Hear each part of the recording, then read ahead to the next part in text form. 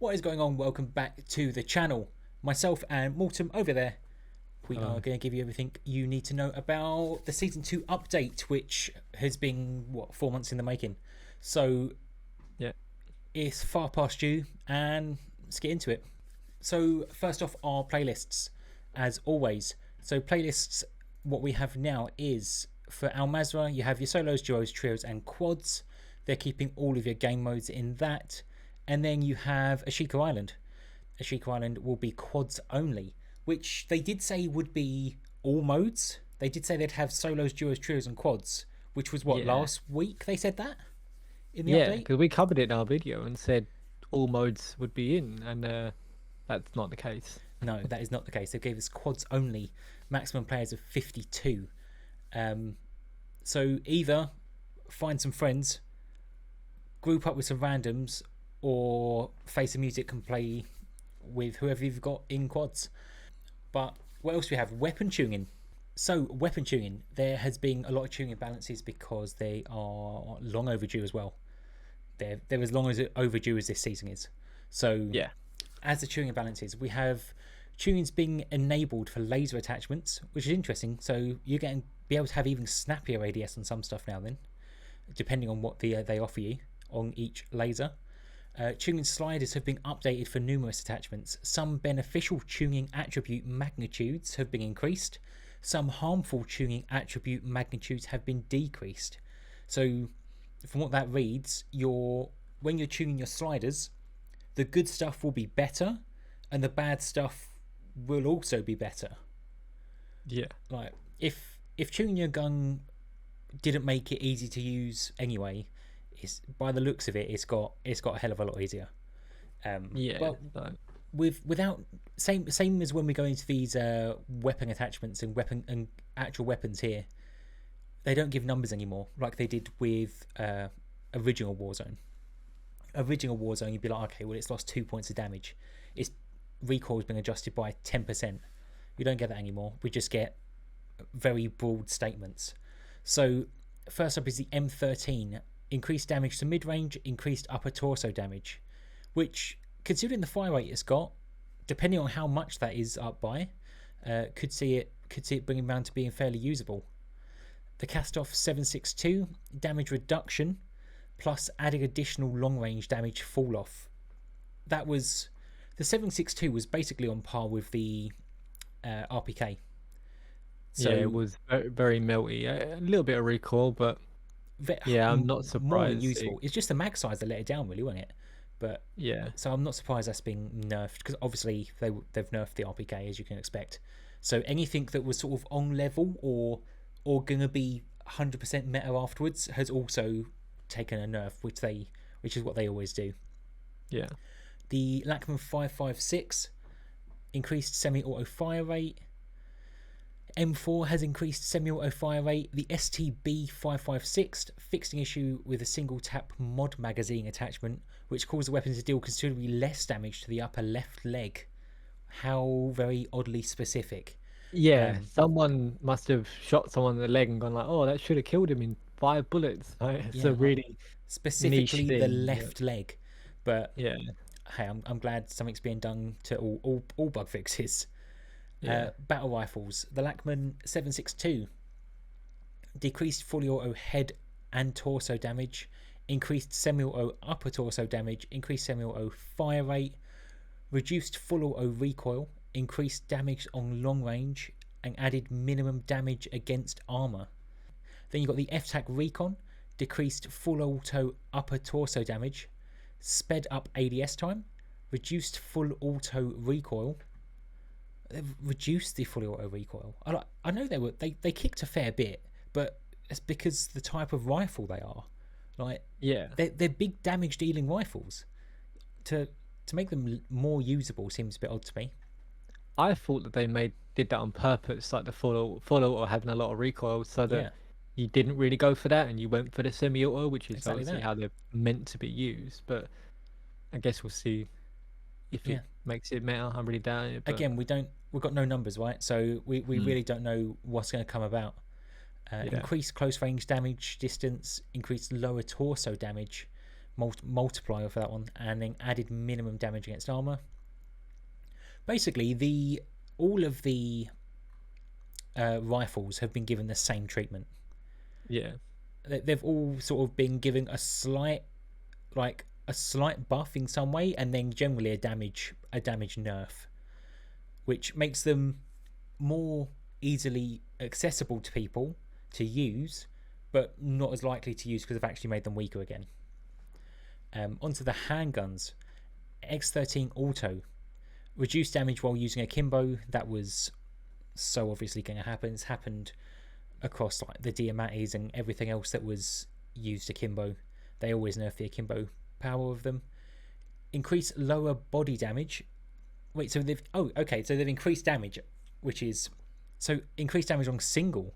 The single was still somewhat usable, so that's a bit strange. Speaking of, you mentioned like the Diamati treatment. I'm pretty sure this is what they did on the Diamati. They nerfed the akimbo damage, but then if you use like just one, they made it a little bit better. Yeah. Which is what I ended up doing quite a few times, was using the single Diamati, and then they nerfed the burst fire on it. But if you used it single shot, it was actually okay. So yeah, I think a single X13 is still pretty lethal. Still got 50 round drum on it. Yeah, increase lower body damage, increase close range damage, and increase damage distances. That's I'm interested to get on and try that one out. I tell you, that's going to be interesting. That's the only handgun they've touched. So they've not touched the X12s. So, all right, that's going to be interesting to see. All the the dual P890s were also fairly decent. So yeah, that's going to be interesting. The launchers. So there was an issue with the Strela where it wasn't exploding if it was like point blank, but it now will. The RPG has a small increase to splash damage and small reduction to splash damage range. So it will do more damage if you're in the splash, but it won't go as far. And then LMGs. Exactly what we expected. Reduction to the ADS movement speed of the RPK, reduction to the mid and long range damage, reduction to damage ranges, and a small increase to ADS time. It's taken an all-round nerf, basically. Yeah. I would assume they've made it enough to knock it off the meta stage, but again, no numbers, we don't know, but it's the assumption being made.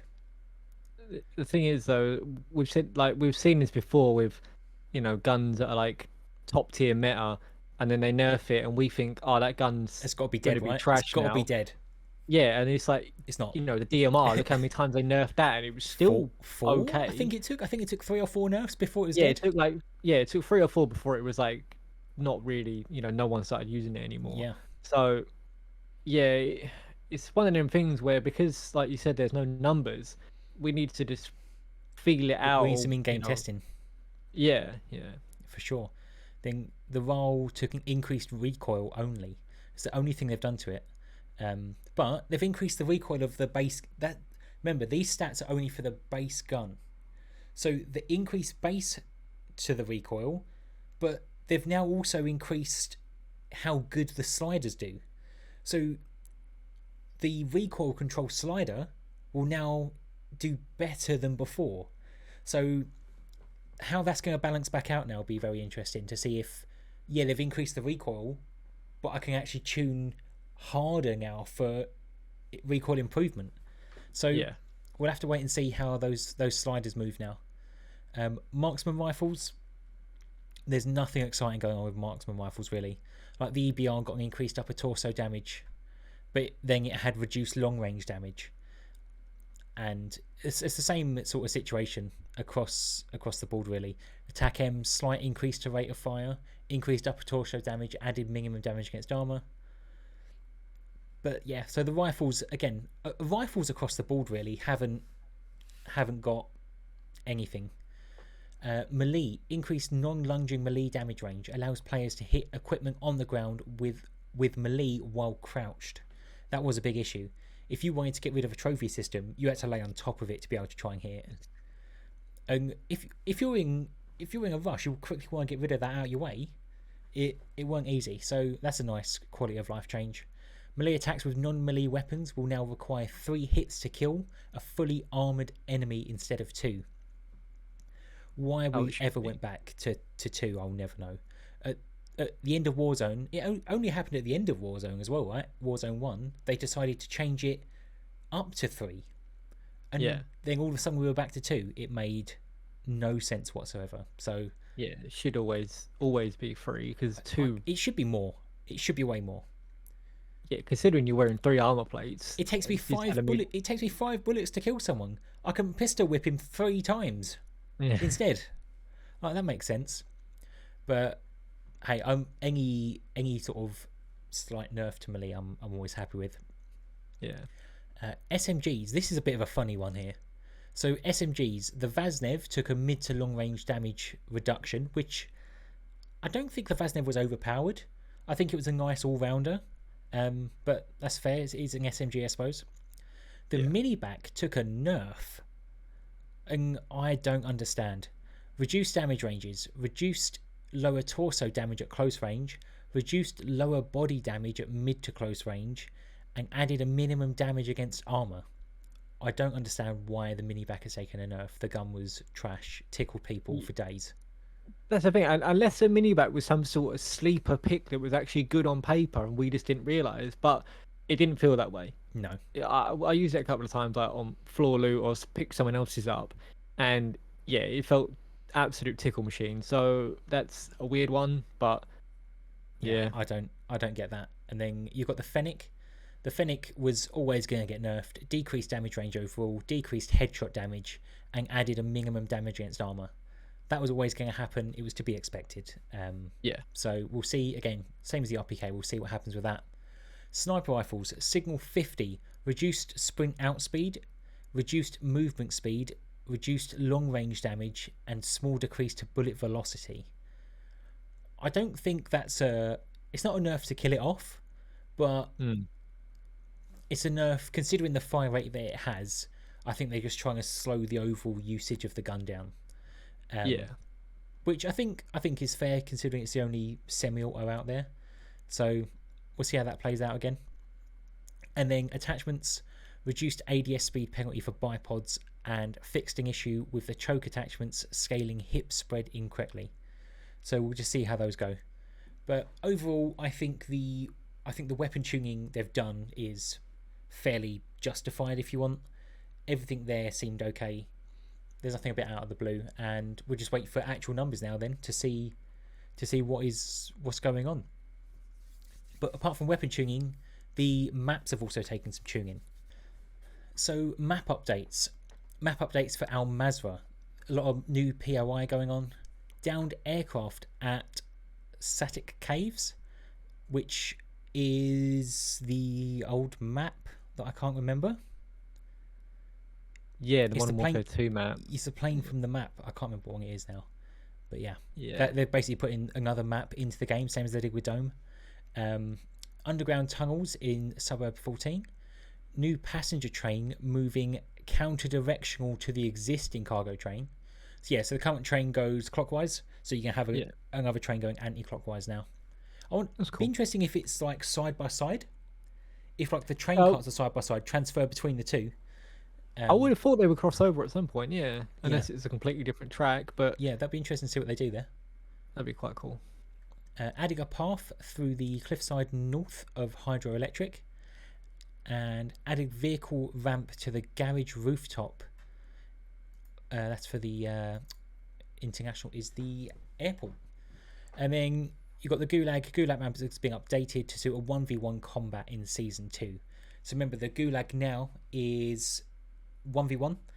You also have no jailer, a slightly smaller map, and a flag to capture. The same, it's basically a Warzone 1 Gulag, if you will. Yeah. And they did say previously that it's not just going to be pistols anymore. It's going to be a rotation of all different weapons.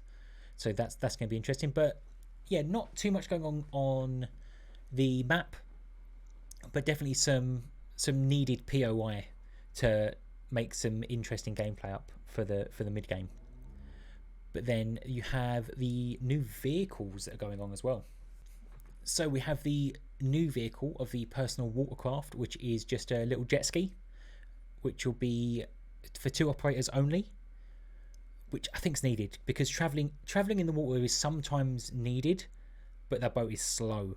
So Yeah. I'm glad there's another option for the water now, because you've got what, 4-5 vehicles on land, and then just that really slow little dinghy. So I didn't actually realize that until they mentioned the jet ski, and yeah, that there's only one boat. It's either that or swim, and that yeah, boat is an absolute death trap. So 100%. yeah, it's, I think you know it's one of them things where you trade cover for just out and out speed, which Yeah. is a good trade.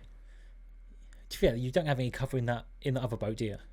You're No, slow not really. and open, so you might as well be Yeah, quicker in the open. yeah, exactly. Yeah, A few adjustments which I think are actually really nice for the vehicles. So vehicle turret cooldown, they now don't heat up as fast. Added war track customization for the armored truck. Added EV charging stations for the EV Hummer that they've got, which I thought was quite interesting. So you don't have to go to the gas station. Shooting windows is no longer damage to the vehicle itself, which is interesting actually. I didn't think. It all depends on how accurate the hitboxes are for that. So yeah, but I think that's a nice little update there. And make vehicle exits less likely to foul beneath low roofs. If you was under a ledge that was too low, it wouldn't allow you to exit. And then vehicle bug fixes. We have fixed an issue where players could get unlimited fuel by leaning out of vehicles. Fixed an issue where the refueling bar did not appear under certain conditions. Fixed an issue where vehicle armor not reducing explosion damage properly. That was quite a big issue. And then fixed an issue where the heavy tanks tracks weren't animating properly. That's a mouthful. Fixed various ways players could get out of bounds using the vehicle collisions. That's a big one because people were getting inside black sites right at the start of the game. You put one of your players on the door and then just smash straight into him with a vehicle, and they'd be inside the black site looting up. So I'm glad that's changed. And then fixed low fuel level warnings not clearing for passengers when they wasn't a driver. Overall, I think that's a nice little change to vehicles that I think was not needed, but quality of life again. Quality of life changes that we're always happy to see to make the game a lot more user friendly. But vehicles will be interesting on Resurgence as well. I don't know what vehicles they're going to have on there yet, but they have given us a nice little breakdown of the Resurgence map though. So on Resurgence, you have spawns that are going to be disabled after the 4th circle. So that'd be interesting if there's the same amount of circles as before, if they travel faster, what's going on to see on when that's going to be disabled. That all depends on how much gameplay you're getting as well, depending on the quality of your team. So that would be interesting to see.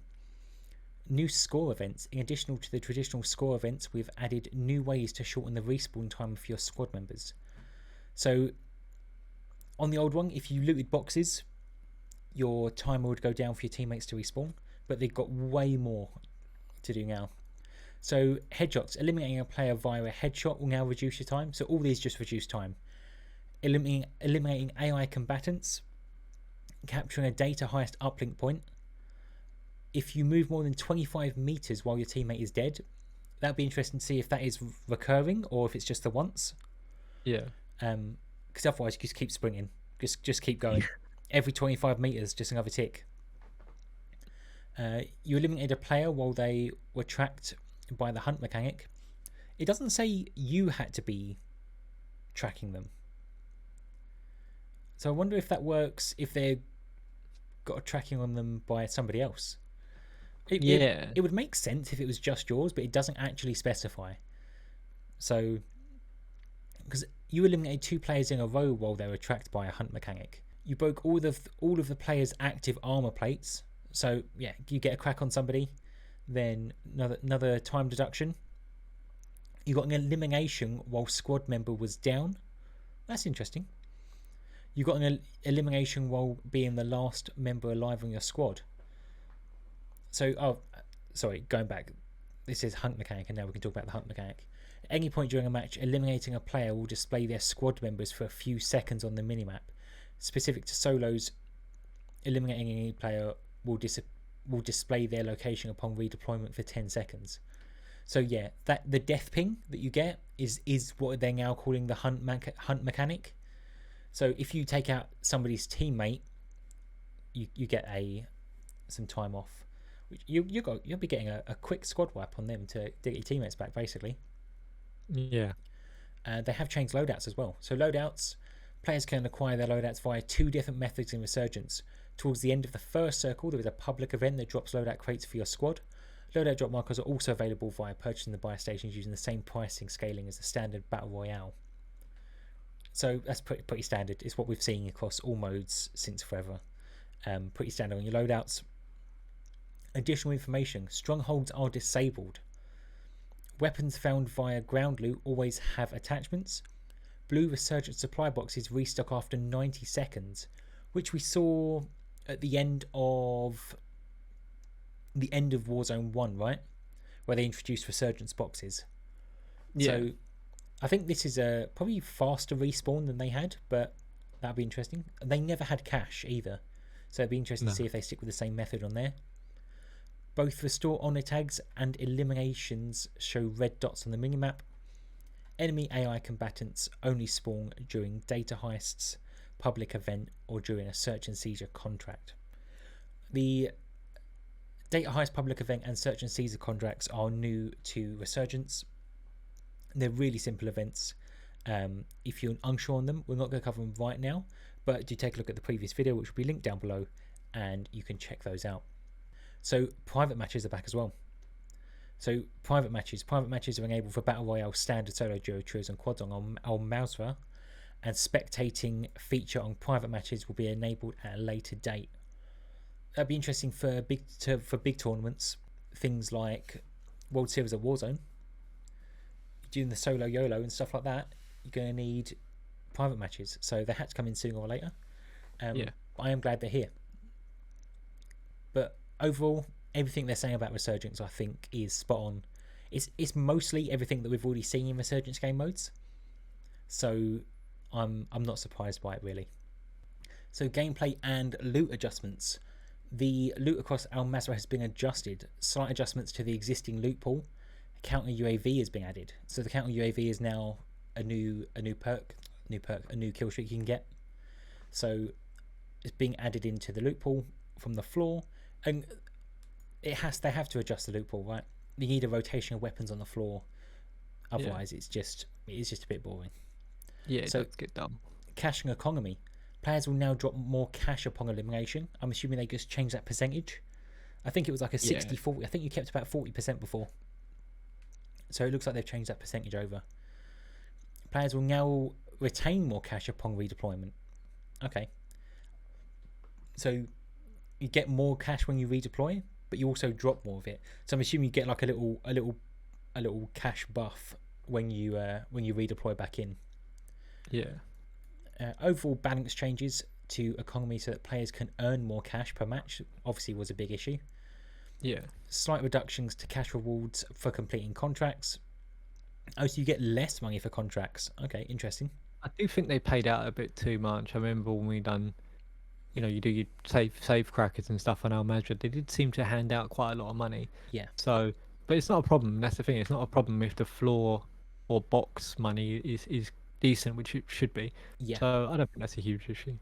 Yeah, that is a big change for them, actually. The ground loot cash has now been changed. So your ground loot now is going to be on regular ground loot minimum of 500. Increase cash register to 500 as well. Basic supply boxes will be 500, and so will legendary supply boxes now up to 800. The 100s you were finding are now gone because you see a cash pile and it being 100 was fairly depressing. Yeah. That was awful. Oh, don't worry, look, I've got some cash, I can buy you back. No, you can't. Especially when you find multiple bundles of like money in a row and you're like, 100. I had that so many times when I was trying to buy you back, you were trying to buy me back, and yeah, you just find 5 bundles of cash and you've got $500. That's shocking. More than disappointing. Yeah. Previously mentioned, which was in a previous video as well, as they told us, but it was previously mentioned that cash would no longer be obtainable via basic and legendary supply boxes. which is now no longer true. You'll find cash in all boxes now. That was a miscommunication from them. Either that, or they got some backlash and changed it. One of the two. I think they reverted it after some heat. Yeah. I would probably agree with that.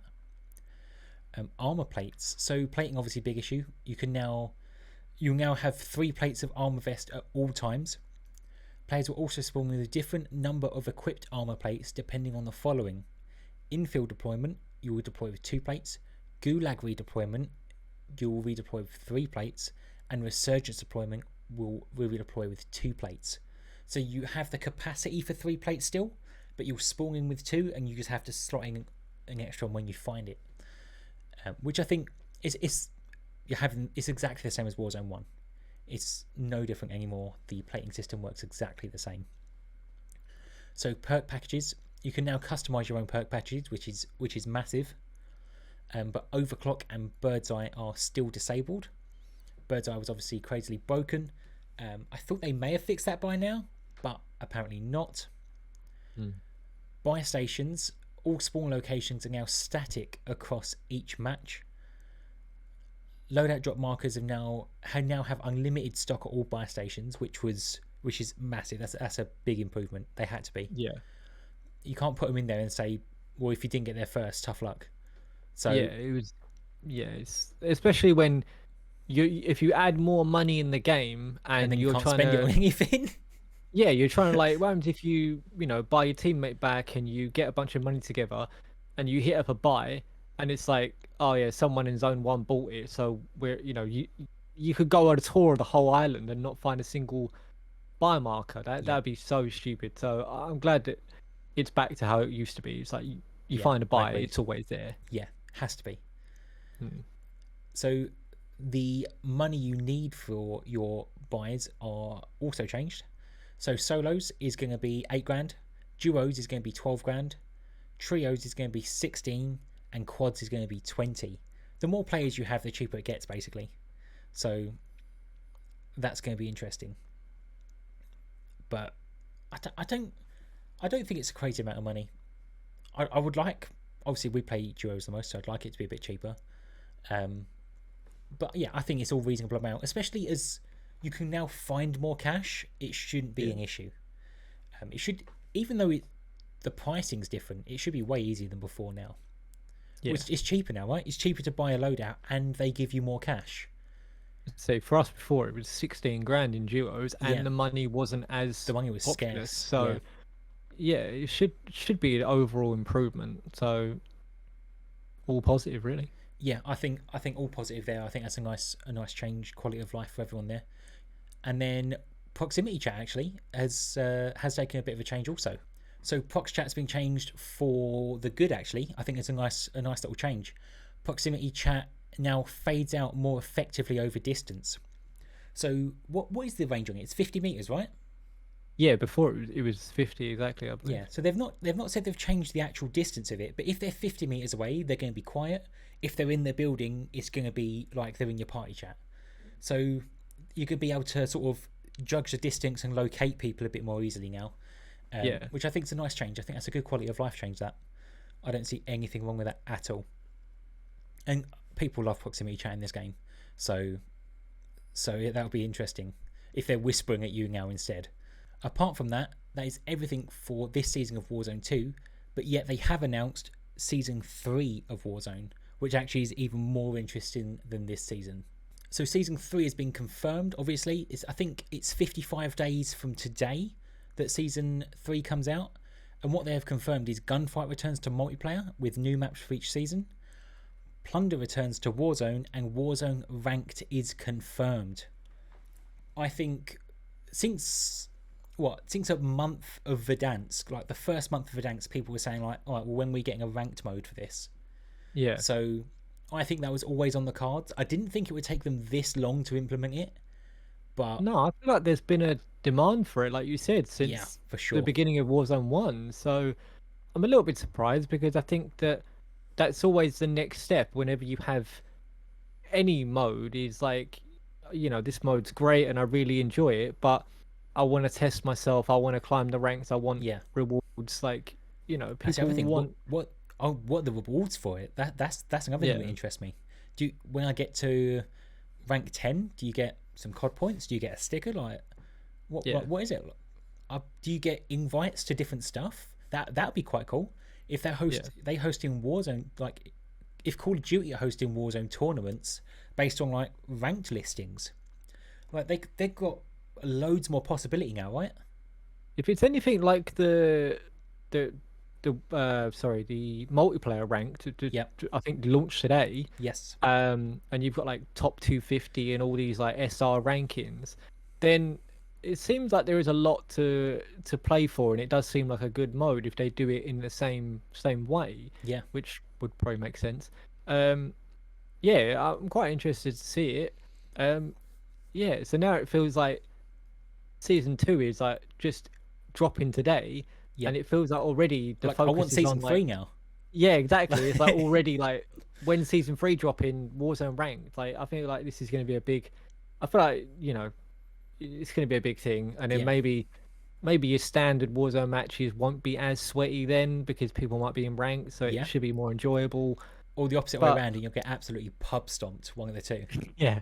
But it's only a positive. Like, you know, the option. We always talk about it. Like, people want options. If they want to sweat it in ranked, they can do that. So I think it's never a bad thing to have options for people. 100% agree on that. And I'm excited for that. We've got 2 months to wait for that.